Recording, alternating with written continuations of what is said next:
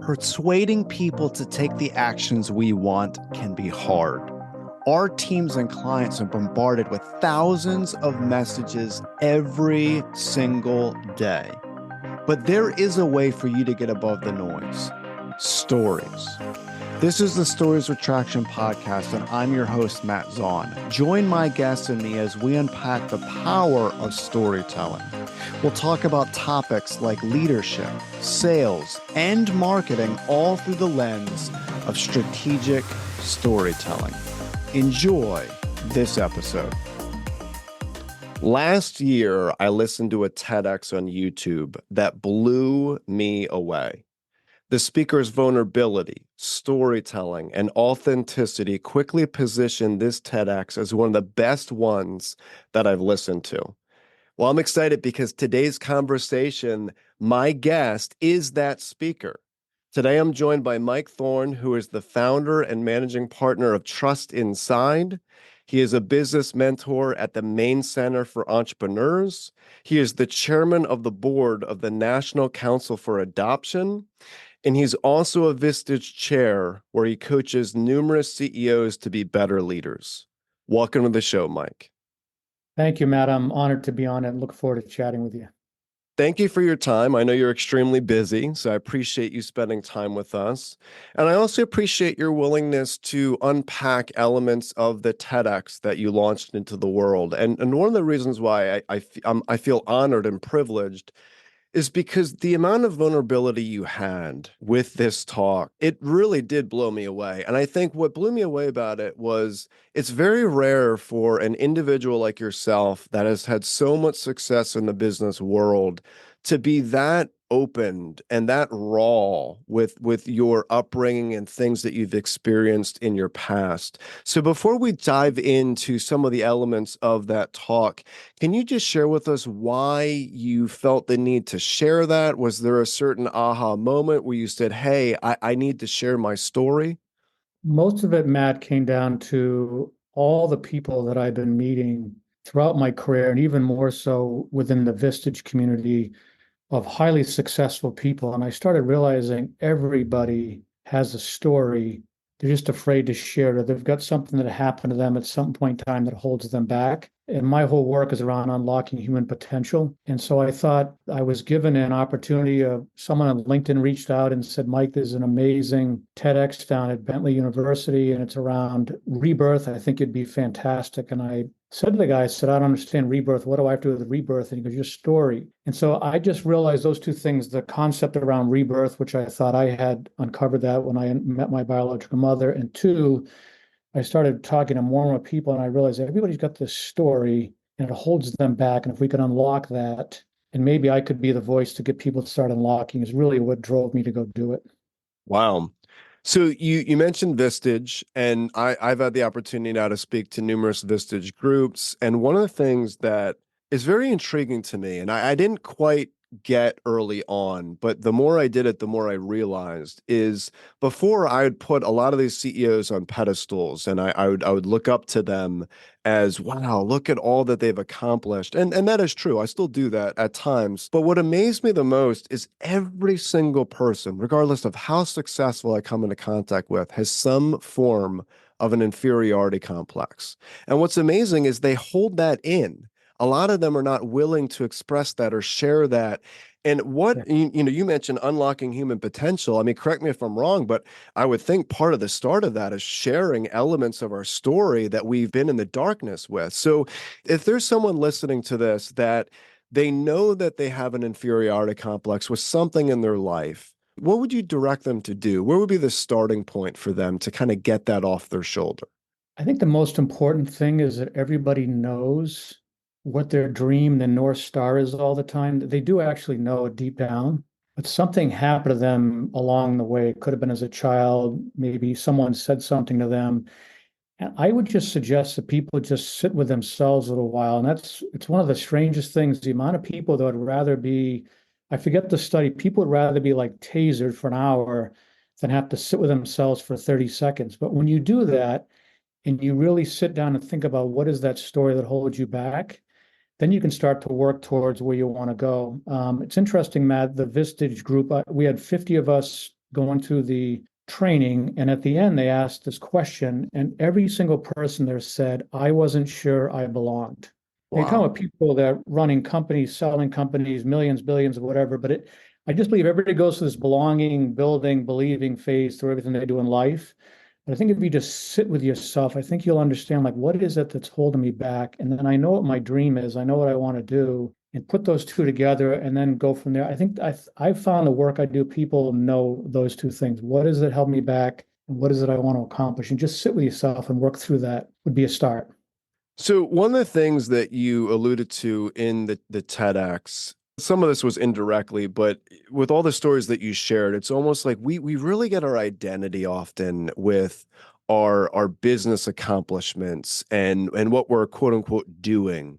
But back to that point that you made about just being, sitting with ourselves and being, it very rarely takes place. And I had a very interesting conversation with a Vistage Chair down in Columbia, South Carolina, Lorraine Wiseman. And she shared something with me that it's very dark, but she had said how she works with leaders that get to the end of their career. So they've accomplished everything. They've built the businesses, they've made the money, they have the status, they are well known in their community.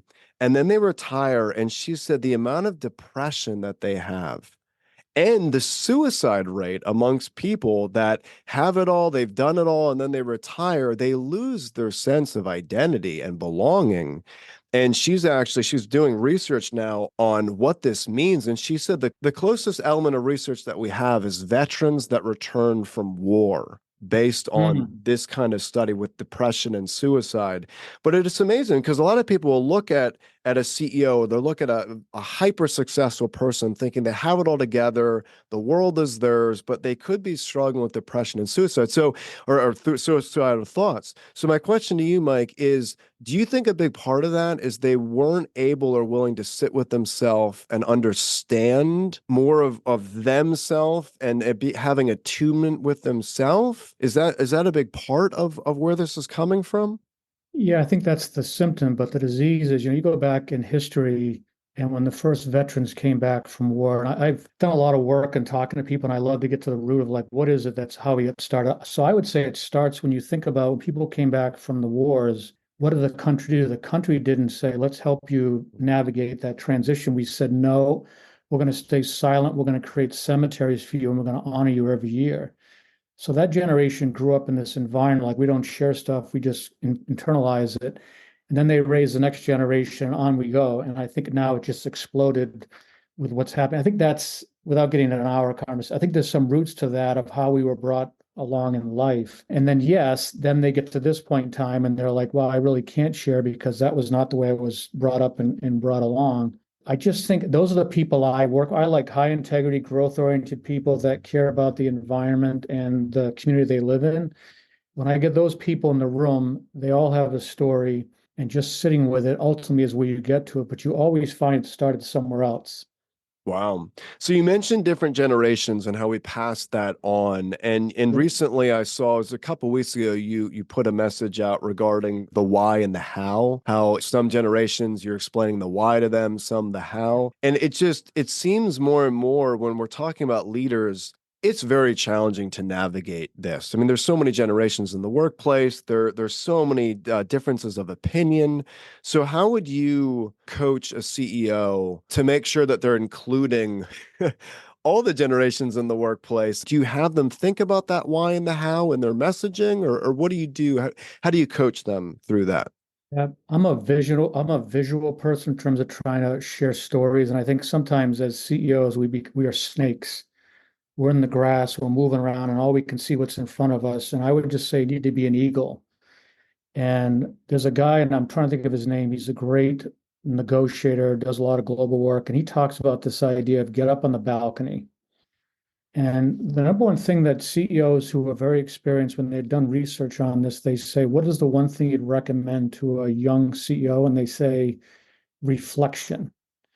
And so I don't think business owners and CEOs take enough time to just step back, get up on the balcony, if you want to use that analogy, get above it all and say, what's really going on? So a specific example is a lot of my members will say, I'm frustrated because the young generation doesn't want to work, or the older generation this or that. And I say you're trying to equate it to what was. And I'd like you to get way above here and say, given what's going on, if you walked into this business right now as a new CEO and you observe what's happening in the world today, multiple generations coming out of COVID, hybrid, remote work, how would you go about shaping this company, building it, creating the culture? And it allows them to have a different perspective on how they go at it. And then we have this workbook that one of the Vistage chairs gave me that it's 21 pages, but it really does allow them to reflect and start thinking that way. So it's more just getting up here and staying out of the what's going on today, because when you do that, you're just sort of reacting. And I'm saying, no, get up here and start really thinking like, if this is what's going on, how would I handle this? Is how I go at it. And everybody has their own way of doing it, but that's how I would suggest people start thinking about it, whether you're a VP of sales or a CEO. Wow, that is really good. And you mentioned complaining. One of the generations that is complained about often is millennials, right? And more millennials are taking leadership positions, especially across corporate America. And what's interesting is at the top of every survey of what millennials want, they want an impact and fulfillment, which really ties into what you mentioned regarding the why. Now, here's what's interesting to me, because my background's in the political world. I was a political speechwriter for over a decade, and then I transitioned into debate prep. So I would Right. prepare candidates for debate prep, and tons of millennials in the political world. And what's amazing is some of them are the hardest workers you will ever find. And again, they have an impact. They have fulfillment with what they're doing. They're willing to work 18 hours a day for pennies on the dollar. And so I would really challenge any CEO listening to this episode. Millennials are out there that are willing to work harder than you can imagine. Are you creating stories that engage and connect with them, that have that impact and fulfillment element tied in? So speaking of impact and speaking of fulfillment, I want to go back to your TEDx and a few things that you mentioned. So you had mentioned a story about meeting a certain someone, how impactful this was on your own life. So can you take us through that story and that knock on the door and how you were feeling and kind of set the scene for us regarding that instance? And so I think you're referring to when I met my biological mother, right? It Yes. was an enormous, from 9 years old when I felt, when I was told I was adopted, all the way up until that point. These abandonment and trust issues and the anger that I had about how could somebody give a child up? And I think up until that point, my whole life, I was always trying to prove myself and trying to keep score that way. And so even though I was ready to have that conversation, I'd done a lot of homework, talked to all the people that are involved in the different parts of adoption, because I knew the impact of my parents, the impact of my biological mother, myself, and so on. As I drove up that road, it's a bumpy little hill up a road and small little house. I got a panic attack, so to speak, not an extensive one, but a small one. And I literally wanted to turn the car around thinking, I just can't do this. It's just going to be too much. Somehow, though, the car kind of took control at that point in time and pulled into that driveway. And I just remember like pulling in there, and I put this, workbook together. I mean, pictures of my whole life, which is what my mother wanted. And I just decided I got to know. I've always wondered, I was at a point in my life, I just got to know. Whatever happens, happens. And so I walked up there and I got to that front door and took that really deep breath, just trying to make sure that I was fully present, ready, and just knocked on the door. And I believe in life, sometimes you got to just knock on doors because you never know which one's going to open. And when she opened that door, and I looked right in her eyes, and I was like, "Oh my God, this is my mother. I know it."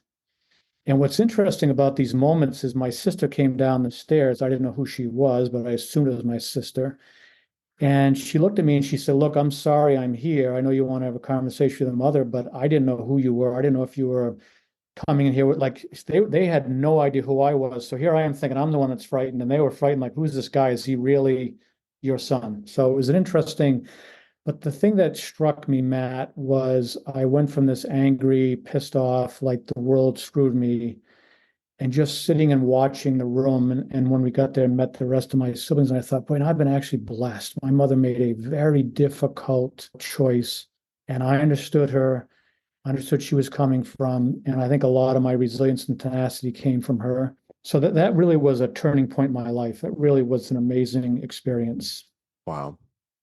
So take me back to that nine-year-old little boy finding out that he was adopted, and then let's fast forward a couple years on what that meant to you through your preteens, your teenage years, and then into adulthood. Did you struggle with an inferiority complex yourself? Was there feelings of inadequacy? Did you feel like you had to be the best at everything you touched based on this? Is it almost like I need to be perfect so people will love me? Is that the mindset?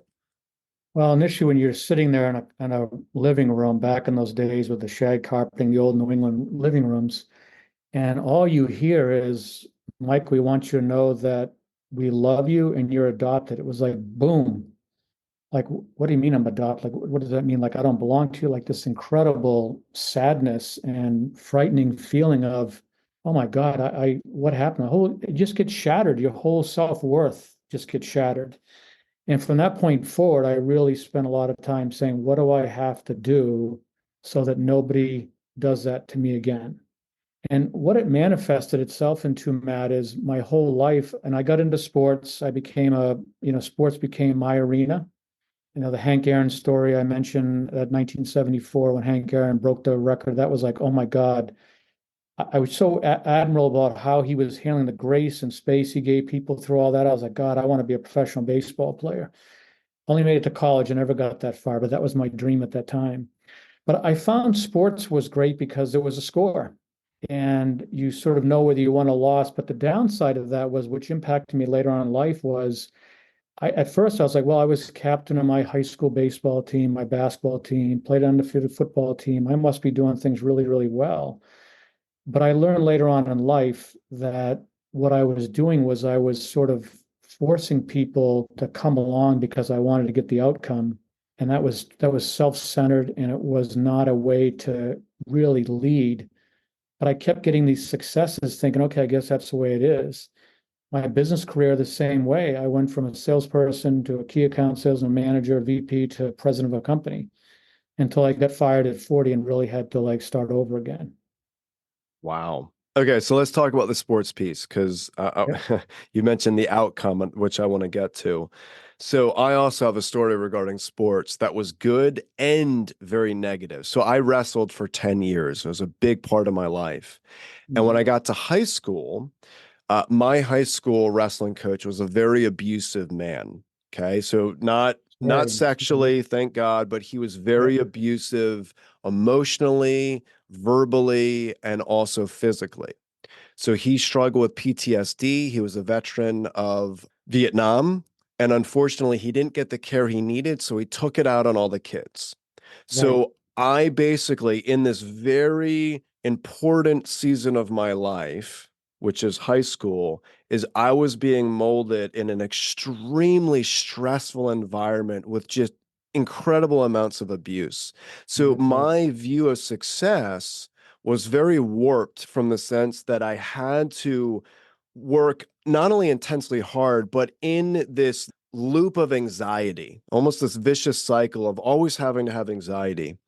And what's amazing is I recently unpacked with my counselor that she was telling me that in many instances, I feel like I need to create anxiety because I feel like it's my natural state. And how Interesting. there's so many Yeah. instances where I don't need to feel anxiety anymore. It's okay for me to be at peace. And what's amazing is the positive is I learned incredible amount of determination and it's helped me a lot in business, just like you had mentioned the outcome piece helping you. So it's helped me. I mean, everything I touch, I work as hard as possible and I make it work. But I subconsciously, all of this in a world of anxiety and self-sabotage to create more anxiety. And it's amazing. Like you go back to earlier childhood and even in our adult years, we're still dealing with that and we're still processing with that trauma. So I want to talk about that outcome piece. So clearly you were good at outcomes. You shot up the corporate ladder. You're president of a company. At what point was it not focusing enough on your people and outcomes that was quote unquote the downfall? Yeah. So I had never really wrestled this 9-year-old boy to the ground to really understand what was causing it. So I was always pretending that things were great and I was perfect and I had it all figured out. But when you take on an organization that's under high stress, which the company was, it was 120 million athletic business, high stress, and you can't fix it, you can't get the outcomes you want. Eventually, what started to take place was the vulnerabilities and the fears I had of being abandoned came right out, spot out. And when I got fired after 15 months, so we moved the family down to Georgia. Nobody wanted to move, but I've got this amazing wife. We're married for 30, almost 34 years now. And she said, you got to do this. You're a sports guy. You get the one chance to do something. So we moved. And 15 months later, different CEO is in that seat and he fires me right before Christmas. Wow. That 9-year-old boy comes all the way back. And I was wallowing and like I'm worthless and back to where I was as a little boy. But I had people that came up to me and said, when you're ready to get off the mat, to use a wrestling analogy, I had a conversation with them and they said, Mike, your emotional intelligence was horrible. Your body language is terrible. You can't run an organization going through massive change and stress and behave in those ways. And it was like getting hit by a 2x4 with cushion because I respected these leaders. They had run companies. I respected them. And so when they gave me that perspective, it was like, wow. And that was the first time in my life I really went all the way back and said, what is it that I want to be and who do I want to be and where do I want to work? And what I found was the feedback from the employees was what changed my life. The feedback that came back and said, Mike, we're going to really miss the amount of time and energy you took to dive into the company, to meet the people at all levels of the organization, to try to elevate the way we were thinking about stuff. Just all this feedback. And I'm reading all this and saying, okay, I totally misunderstood. The profit and loss is where I was focused. What's the outcome? How do we deliver the financial obligations we have? But I learned the real P&L that matters is the people and listening side. And when I got that, and I'm shortening, it was a long journey. I don't people think it happened like in 1 week, but just the combination of finding these personal trust community people, as I refer to them, and then studying what the feedback I was getting and not taking it as personal as I normally would have, really helped me say, okay, then what kind of company do I want to work for? What kind of people do I want to be surrounded by? And how do I want to lead going forward? And it allowed me to be freer and to start to think about those things. And I ended up changing the industry completely after 20 years in one industry. Everyone thought I was out of my mind, but it was the greatest decision ever made, and it changed my whole trajectory in life, personally and professionally. Wow. I really like that. The real P&L that matters is the people side. So let's touch on that because everyone has an opinion. So Yep. how do you separate opinion from solid feedback?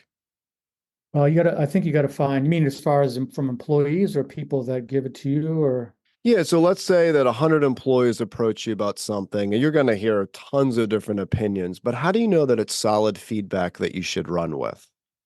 Well, two things. I think when you go into a company, most of my work was reimagining businesses. That's what I was asked to. I get sent into companies, never the subject matter expert. So I would do a couple things to answer your question. One was I would go as deep into the organization as possible. I don't care, hourly employee, very important to the business, all the way to the leadership team, because I believe the answers are typically inside the company. So number one, I would go do that. And I would carry this little notebook with me. And I would ask the following. First, I would say, and you'll appreciate this, tell me your story. And at first, people would say, what do you mean? And I said, just give me the headline. I don't need the history lesson. But they would then go walk me through their story and whatever way they define that. And that would give me a real window into them as a human being. And so I knew, okay, this is who this human is. And then I would ask three questions. And I would ask those three questions to everybody I talked to. What are we doing really, really well in this company we should probably do more of? What are we doing in this company we should either stop doing or do less of? And then the third one, which was really powerful, I learned later, which is what is it that I could be doing for you personally or professionally? And Matt, I got to tell you, then you would gather all that information. And to your point, you can't fix everything at once. And a lot of times I would get like, we got to fix 100 things at once. What you would find when you did this, well, how big the company is, you would start to find patterns, things that were highlighted that were like, wow, we got to take care of this first. I'll give you a couple of examples. So I was working with Bauer Hockey, and I learned that the customer service department was telling me that whenever the corporate phone rang, their computers would go down. It was one of the things I got. What are we doing here to fix? What can I do for you personally? I was like, this doesn't make sense. And everybody knew about this thing. And I said, I got to see this. And so I did find, let's focus on that one. Because when you focus on something that feels like it's small, but it's very common, people start to build hope. And what you're trying to do is get hope in the company. And I uncovered that it was a real thing. And so the IT senior VP of IT didn't believe me. Why didn't someone say something to me? And part of that was the culture was not great in the company. Or at Yankee Candle, asked the same questions. The top two things were, one is, can I get the ability to make decisions about when we need printer ink? You're thinking that seems like kind of a silly thing, but the person before who was in charge of the company was trying to save money, but there were different people are running all of these floors trying to get a printer that had ink to it. It was just crazy. The second one was really deep cultural thing, and that's why the story part really matters. I was walking at Yankee Candle at this company store, and I noticed the bricks were all there were people's names on it. I didn't understand what it was. I just joined the company. And I did this work with this book, walked around, and one of the biggest thing that kept popping up was bring the brick back. So I called a meeting and said, look, I just want to share 100 employees. So I just want to share where we are. I said, I have this concept being aggressively patient. And everyone chuckles and says, how the hell do you do that? I said, there's going to be something's going to be very aggressive on, and something's not too patient because we can't do it all at once. And I said, the one thing we'll be aggressive on is I want to understand more about this brick. And what I was told was 10 years with the company, you get a brick and it gets put on the pathways where people walk in our stores. So you can always see your name, reflect on your history with the company and so on. I thought it was beautiful. And I said, what is the story? They said, oh, we couldn't afford them. We're not buying anymore. And I'm thinking to myself, well, how much does a brick cost? $2. And Wow. so we immediately implemented that. And then what I find is there are people I describe as culture carriers in companies. And when you go around asking all these questions and you ask people stories, you begin to recognize the people that are respected throughout the company because they're going to say, oh, you need to talk to Matt. These questions you should ask Matt. And it was always like these consistent people. And so then once you start to make progress on those two or three things you think you got to be aggressive on, you then make sure those culture carriers are on board, and slowly but surely they become the people that help you, because when you're trying to create momentum and trying to create change, you need other people. You can't do it yourself. And candidly, it's not always a leadership team, because the leadership team is looking to you and they don't want to, you're new or you've been there a while, whatever. It's the people underneath them, because that's what the employees go to. They go talk to them and say, is this real or is this a joke? Are we doing this? Do you think it's going to happen? And they just go, Matt, this is good. It's going to be great. Hang in there with us. And eventually the company starts to make a lot of progress. And ultimately the financials will come to where they need to be, because people will come to you with new ideas and challenges and thoughts. And that's why that people listening is as powerful as making sure you know the financials, because that matters. Wow. I love that term, culture carrier. Yeah. You know, it's amazing how many leaders talk about having a vibrant company culture. This is a real thing that they can do Yeah. to spur that on. Yeah. So I don't know if you did this consciously or subconsciously, but and to bring your TEDx to the ending of it, and I'll include the link in the show notes. Highly recommend people go watch this. Again, incredible. But you mentioned those three words, I need help. And what you're saying right here, when you say, what can I do for you personally or professionally? You're creating a culture of people willing to ask for help. And you talk about the power of those three words. So I want you to speak to that, because there's so many leaders, and I don't know what it is. They fear opening themselves up to criticism, but they're not willing to ask for help, and especially from their team. We always talk about ROI and investment, and what an incredible investment you can get back from hearing from people. So, how would you recommend people create a culture of that? I need help. Well, I was at Yankee Candle for a very short time, about 3 months. My birthday is September, and the team, my leadership team, gave me this beautiful framed picture of a canoe on the water. And they knew I loved the water. And so it said something. And I always try to find a mantra, like, let's go on a journey together. So when you're going through trying to create or going through a tough time, or you're accelerating a business and you want people to be along. And so they left, and Doran Exford, who is a super human being, was running learning development. She came to see me and she said, what do you think? And I said, well, it was wonderful. I've been here 3 months and I love the water. I think it's just beautiful. And she goes, well, do you understand the purpose of that? And I said, what do you mean? She said, what's missing in the canoe? And I said, I don't know. She said, look again. I said, I think it's a beautiful saying, the water, the canoe. She goes, no, where are the oars? And I said, oh, I didn't notice that. She goes, Mike, everybody wants to row with you, but your standards are so high, your expectations are so high, they cannot reach you or them. Do you know they walk around the office and say, how's dad doing today? I said, why is that? She said, because they don't know whether you're in a good mood or bad mood. You don't share anything. They don't know who you are. They just know you have these demands, on and on again. So that was the first time in my life anybody like hit me like that. And she said to me recently, she goes, Mike, back then in 2006, I asked myself, I think Mike has this thought in his head that says something like this: if people really knew me, would they even like me?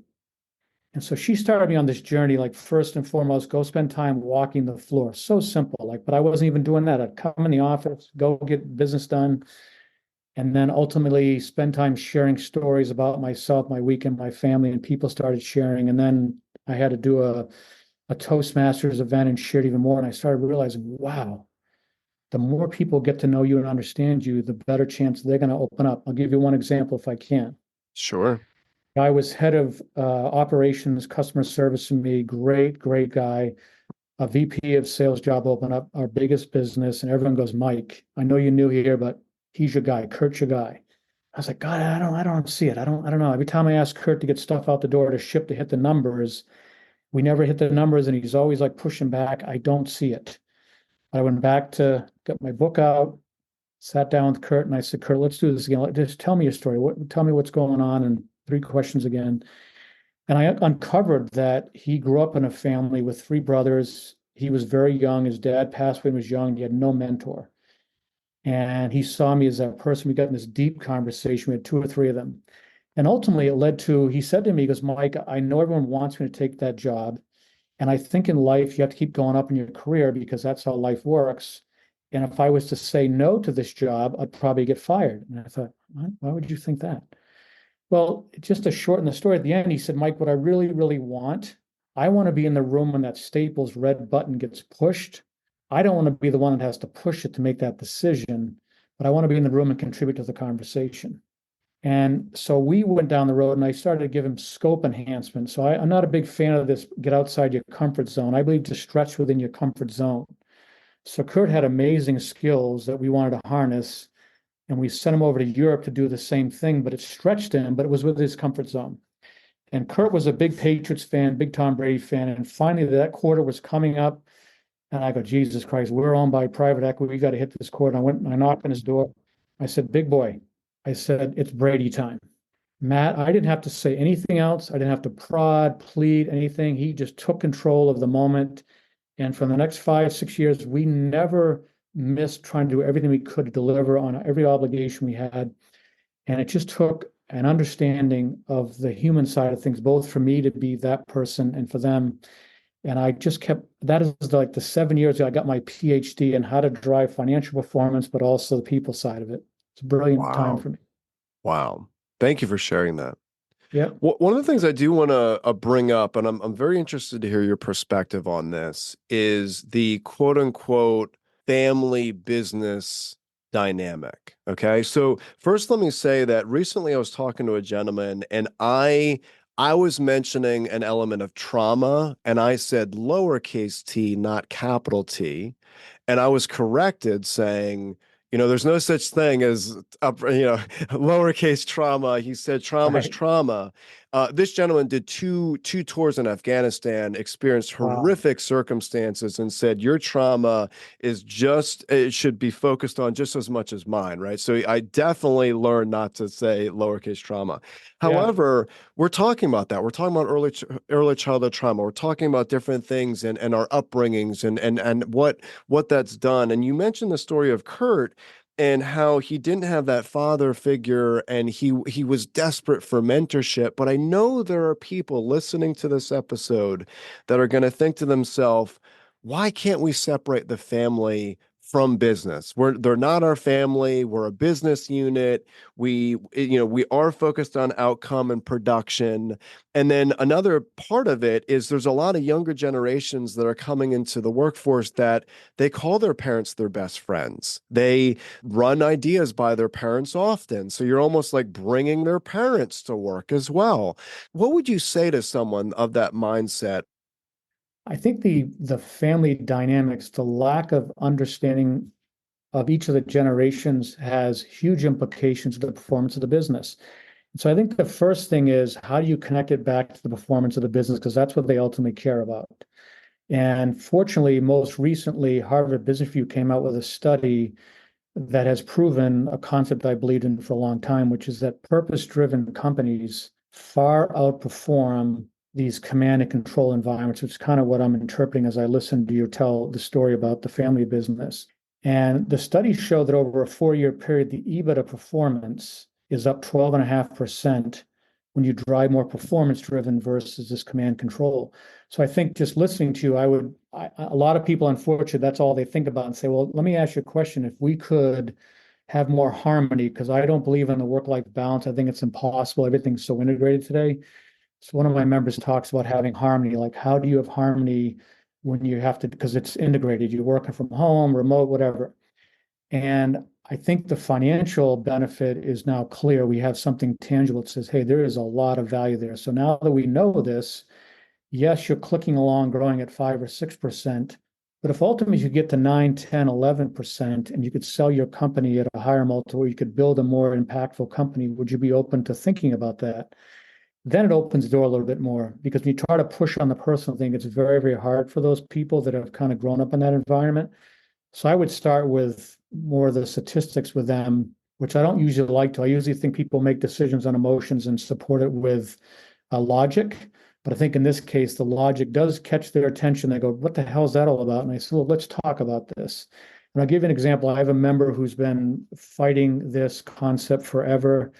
And we were chatting, and I said to him, I said, I think it's time. The world is telling you, because he had a lot of good stuff going on in his business, had a big issue. He wants to retire in a few years. And I said to him, I think the world is telling you it's time to start saying, I need some help. And he kind of smiled because I've been talking about that for a while. And I think your team is looking for the air cover from you, but they'll take you through this transition and change. And your kids will help you with all this stuff. I said, but you're gonna just have to ask for help.